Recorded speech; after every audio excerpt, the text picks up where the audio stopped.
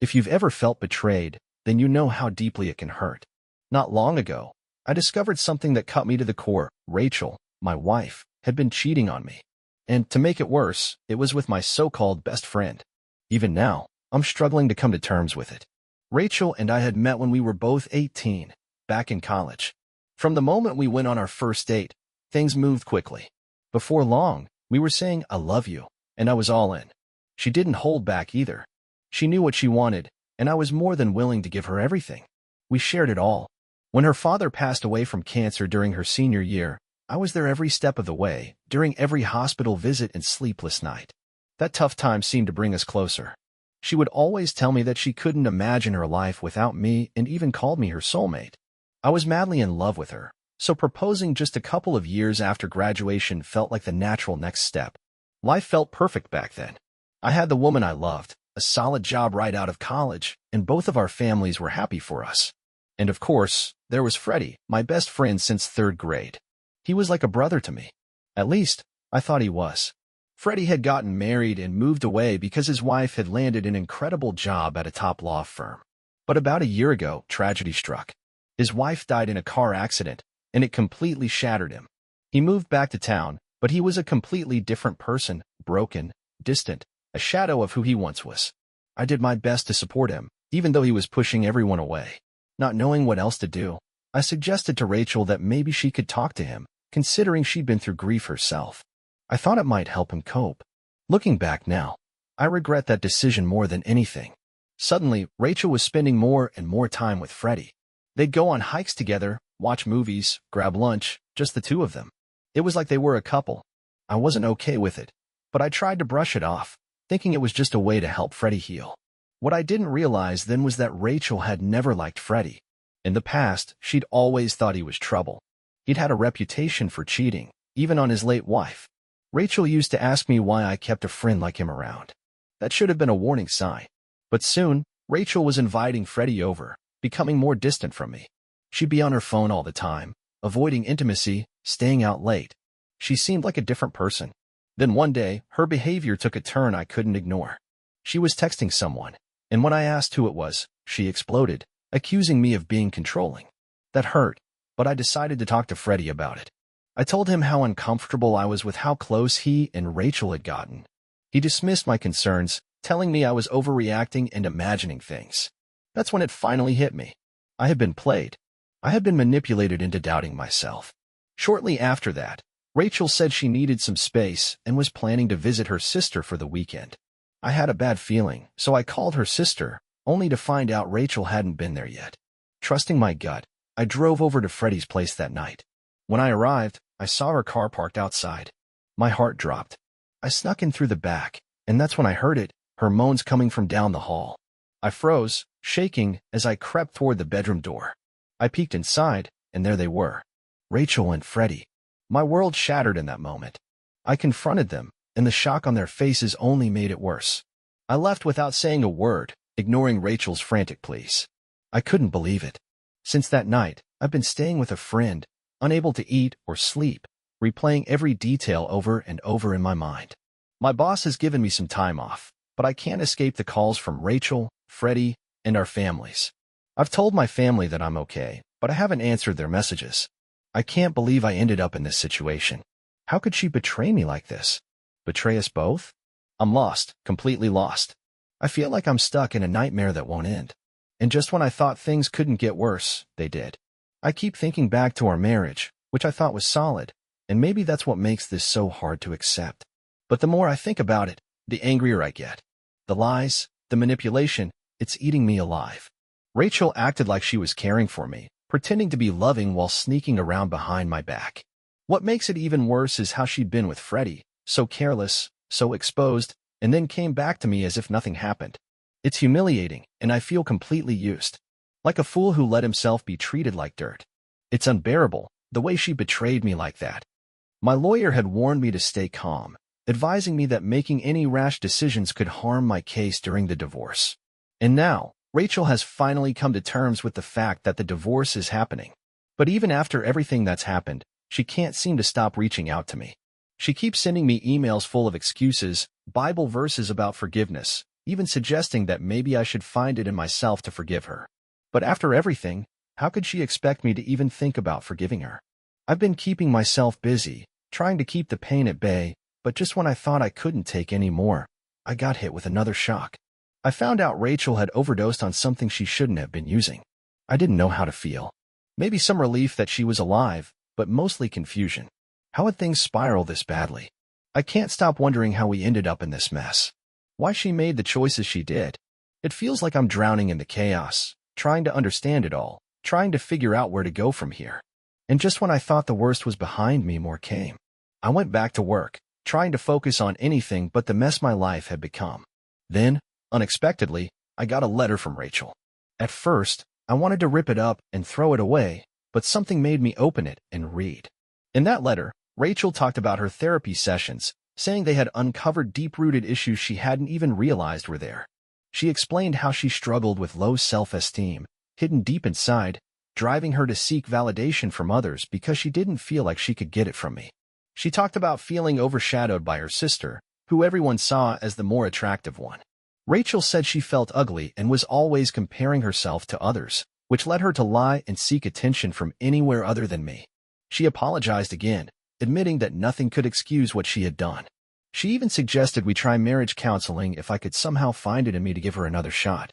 But by that point, I was numb. I was worn out from all the lies, the hurt, the drama that never seemed to end. I couldn't keep wasting my thoughts on her, so I focused on finalizing the divorce. But separating our finances was a nightmare. Sure, we had separate accounts, but our joint savings were tied up in ways that required her cooperation. Even though I had contributed most of the money, it seemed like I was going to have to split it down the middle. It felt like another slap in the face. And just when I thought I had dealt with enough, Rachel showed up at my door on the very day she was served with the divorce papers. I have no idea how she found out where I was staying. When I opened the door, it felt like the nightmare had started all over again. The tension in the air was thick. She looked like a mess, red eyes, her face swollen from crying. Before I could say a word, she was pleading with me, begging me to listen, to let her explain. "I just need to talk to you, please," she begged, her voice shaking. I had no interest in hearing any more of her excuses. I wanted her to leave, but she held onto the doorframe, refusing to let go, practically begging me for just a few minutes. "Please," she pleaded, "we can't let it end like this. We need to clear the air." Against my better judgment, I let her in. She immediately started with the same apologies, promising she'd change. Then, she came up with some ridiculous ideas. She suggested a trial separation, where I could see other people while she worked on herself. She even suggested an open marriage, but only for me, as if that would somehow fix everything. Or maybe, she said, we could move somewhere else, another state, another country, like changing our environment could erase everything that had happened. As she kept talking, all I could think was, why? Why Freddie? Why lie to me? Why show up now, after everything's fallen apart? Then Rachel broke down, admitting that during the affair, she had felt so lost, so tangled in her own mess, that she hadn't even realized the destruction she was causing. Her therapist, she said, had helped her understand that, with her unresolved issues, she might have cheated no matter who it was. Eventually, it could have been anyone. That hit me hard, realizing that it wasn't just about Freddie. Something had been broken inside her all along, something I'd never seen.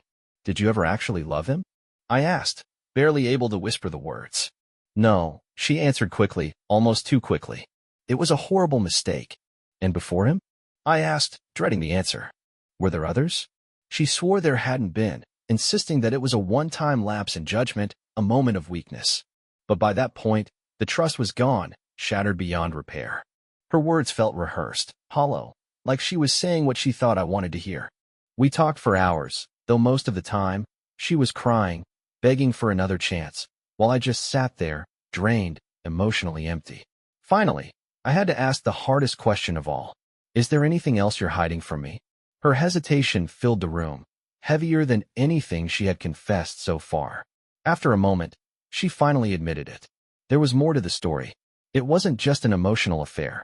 Shortly after we split, she found out she was pregnant. The baby could have been Freddie's.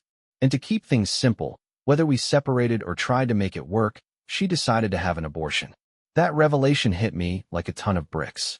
I felt suffocated, like every new piece of information was pulling me deeper into a pit of lies and betrayal. I couldn't take it anymore. I can't do this, I said, standing up. You need to leave. Her sobs grew louder, and she begged me to reconsider, but I wasn't moving. There's nothing left to say.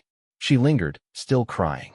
But eventually, she turned and left, leaving behind a silence that was both a relief and a crushing weight. I sank back into my chair, as everything hit me at once. How had it all come to this? Where had I gone wrong? The life we had planned, the future I thought we were building, gone, shattered beyond recognition. Divorce, which once seemed unimaginable, now felt like the only way out, the only way to finally get some peace from all the pain.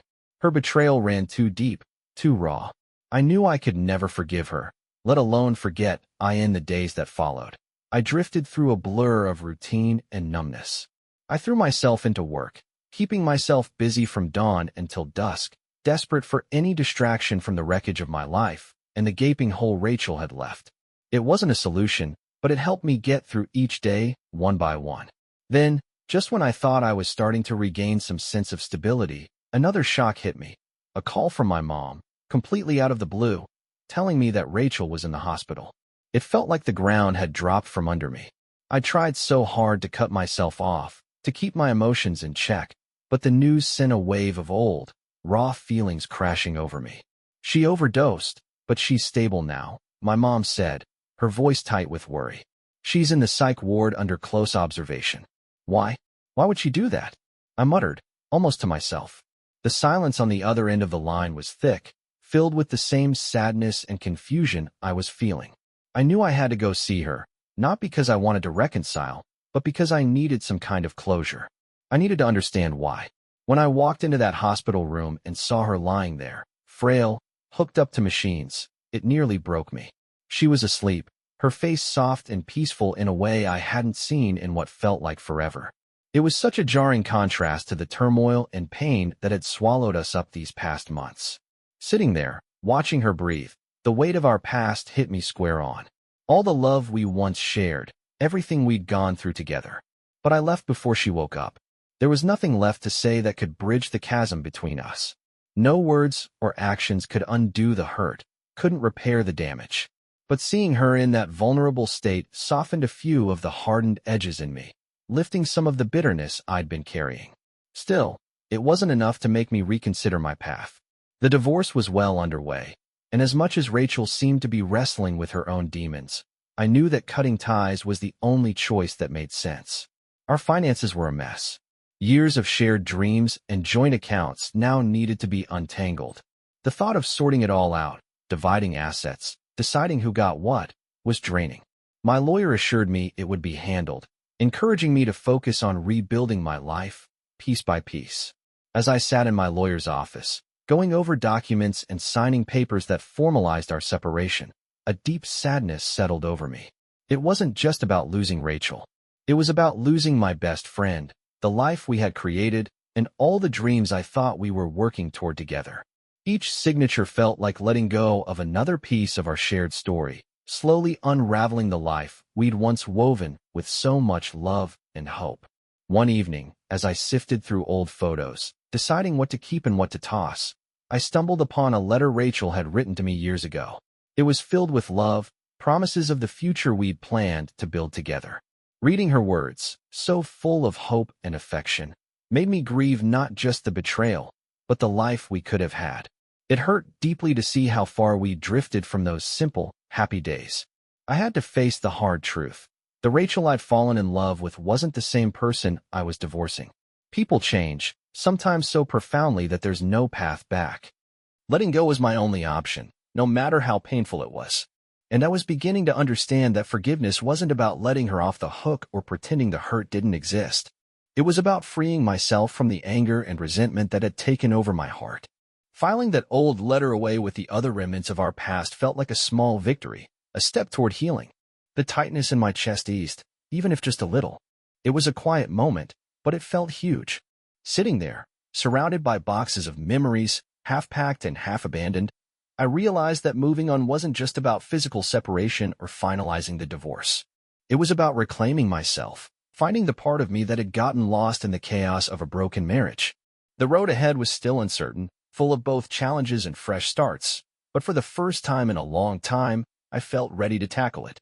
The hurt from the past would always linger, a bitter chapter in my story, but I was determined that it wouldn't define the rest of my life. As I started adjusting to the rhythm of living on my own, my days became a mix of work, quiet evenings, and occasional meetups with friends who had been there for me during the darkest moments.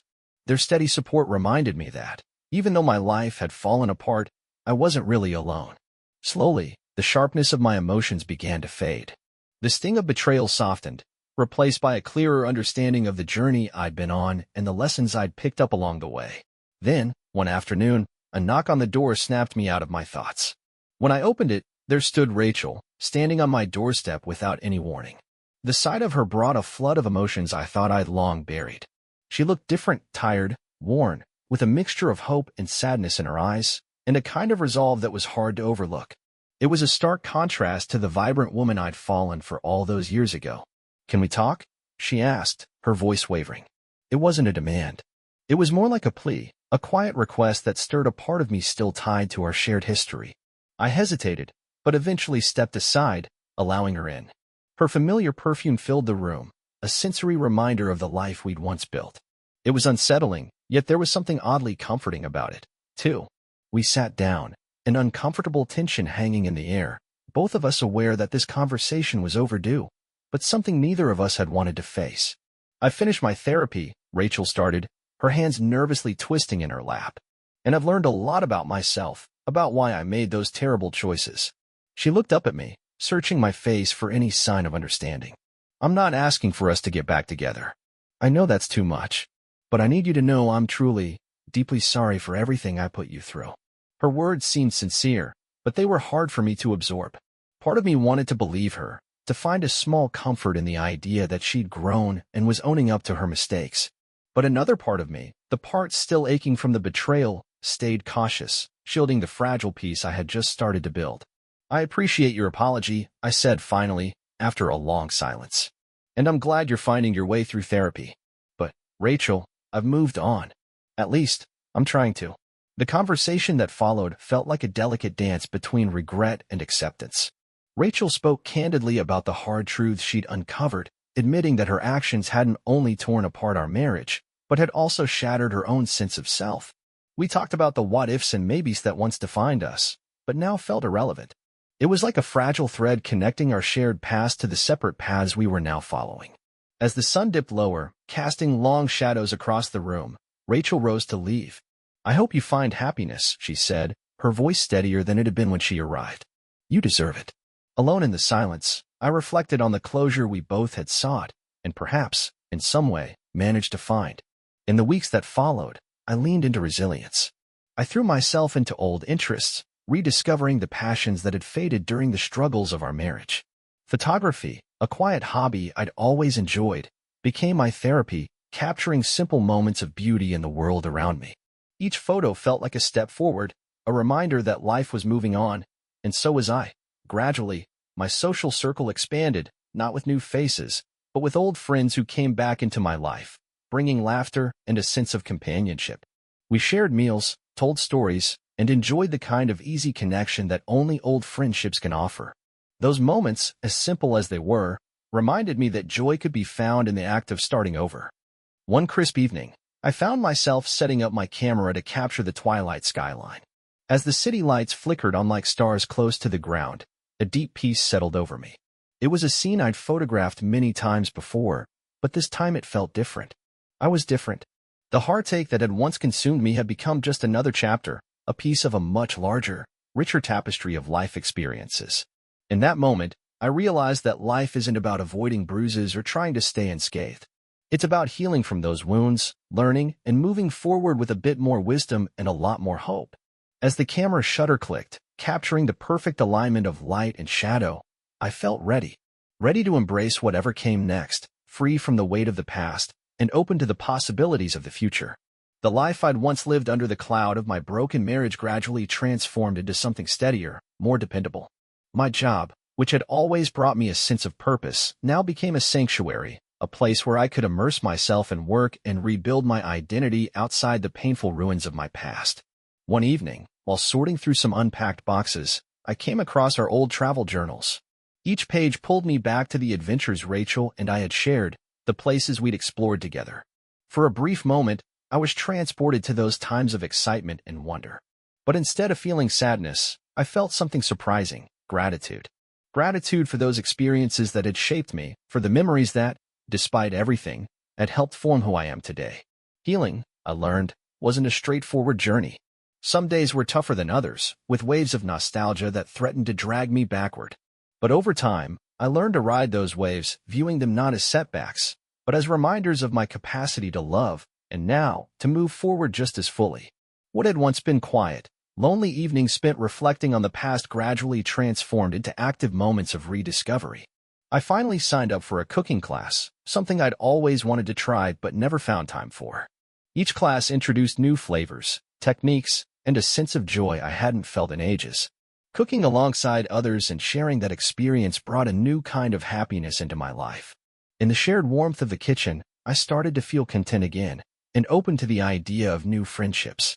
One night, after an especially lively class, I invited a few classmates over for a spontaneous dinner at my place. The evening was filled with laughter and shared stories, a stark contrast to the solitary nights I'd become used to. Cooking for others brought a sense of fulfillment I hadn't realized I'd been missing, and their appreciation felt like a healing balm to my soul. During this time, I also reconnected with my love for writing. I started a blog, combining my newfound passion for cooking with reflections on life, loss, and the unexpected paths we all end up walking. Writing became a form of self-therapy, a way to let out the thoughts and emotions I'd been carrying. The feedback from readers, many of whom had gone through similar experiences, was incredibly supportive. I found an unexpected community in the virtual world, a shared space of empathy and encouragement. As autumn shifted into winter, the colder days invited more introspection and time spent in the warmth of my apartment. What had once been a space haunted by painful memories gradually became a cozy sanctuary. Books now filled the shelves, the aroma of home-cooked meals lingered in the air, and the decor reflected my own style, a blend of comfort and personal expression. For the first time, I took pride in creating a space that felt like mine, a place that symbolized the person I'd become in this new chapter of my life.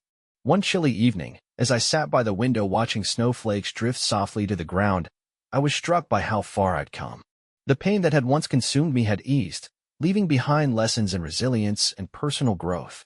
As I watched the snow cover the world outside, I felt connected to the natural rhythms of life, the cycles of loss and renewal that define what it means to be human.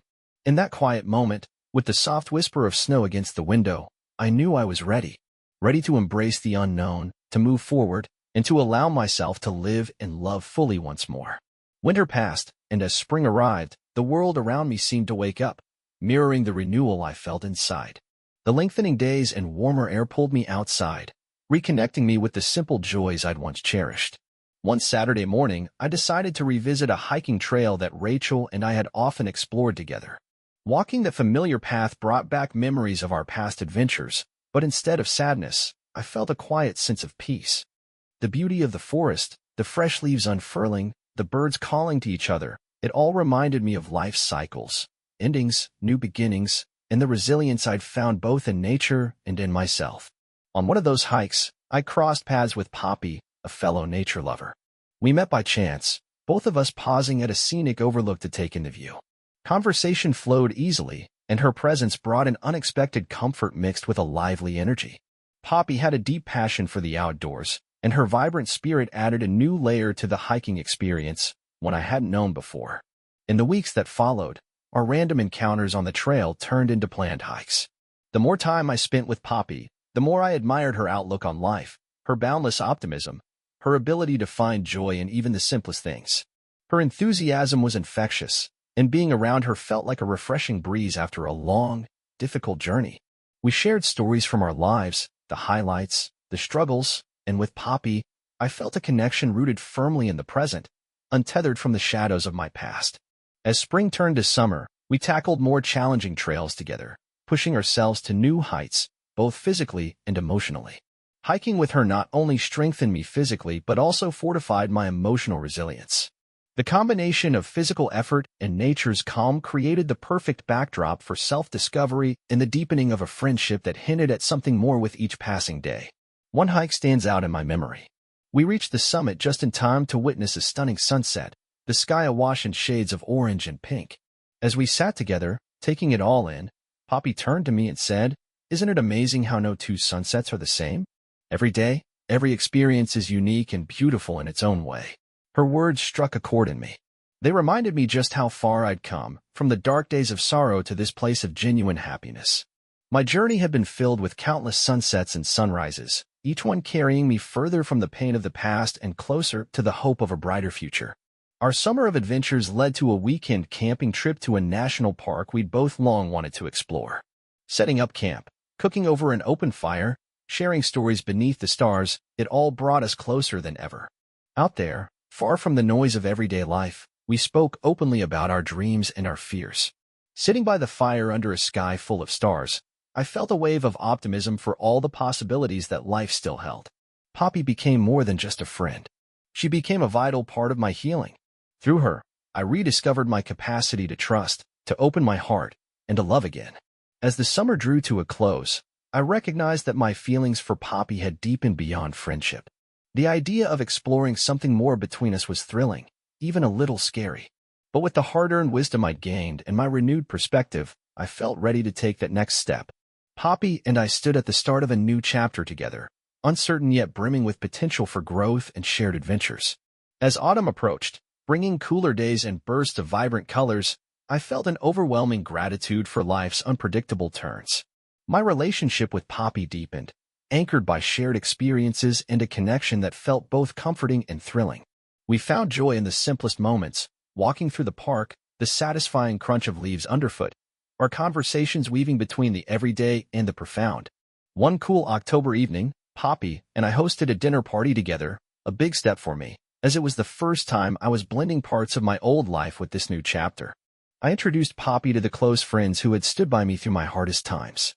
The evening was filled with laughter, stories, and a warmth that only comes from genuine friendship.